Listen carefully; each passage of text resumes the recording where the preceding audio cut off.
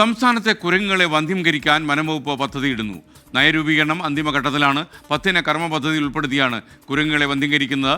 Bipin C Vijayan മലപ്പുറത്ത് നിന്ന് വന്ധ്യംകരണത്തിന്റെ കൂടുതൽ വിവരങ്ങളുമായി ചേരുന്നു. Bipin C Vijayan, good morning. പറയൂ.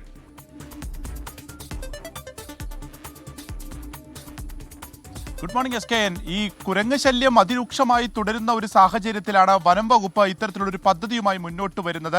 കുരങ്ങുകളെ വന്ധ്യംകരിക്കുന്നതിനുള്ള അതിൻ്റെ ഒരു നയരൂപീകരണം അതിൻ്റെ ഒരു അന്തിമ ഘട്ടത്തിലേക്ക് എത്തിയിരിക്കുന്നു. ഇതിനു മുൻപ് വയനാട്ടിൽ പരീക്ഷണാടിസ്ഥാനത്തിൽ ചെയ്തിരുന്നു. ഇത് സംസ്ഥാനത്തൊട്ടാകെ നടപ്പാക്കാനാണ് ഇപ്പോൾ നിലവിൽ തീരുമാനിച്ചിരിക്കുന്നത്.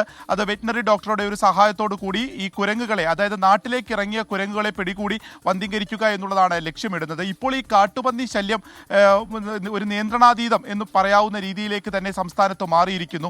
വരും കാലത്ത് അത് കുരങ്ങ് ശല്യമായിട്ട് മാറും എന്നുള്ള ഒരു വിലയിരുത്തലാണ് ഇപ്പോൾ വനം വകുപ്പിനുള്ളത്. ഒപ്പം തന്നെ ഇവയെ പിടികൂടുന്നതിന് അല്ലെങ്കിൽ ഇവയെ വന്ധ്യംകരിക്കുന്നതിനൊക്കെ ഇനി വരും കാലത്ത് വലിയ പ്രയാസം നേരിടുമെന്നുള്ളതാണ്. കാരണം നാട്ടിലേക്ക് കുരങ്ങ് ഇറങ്ങുമ്പോൾ തന്നെ ഇവയെ അകറ്റാൻ പോലും മറ്റു വഴികളില്ല.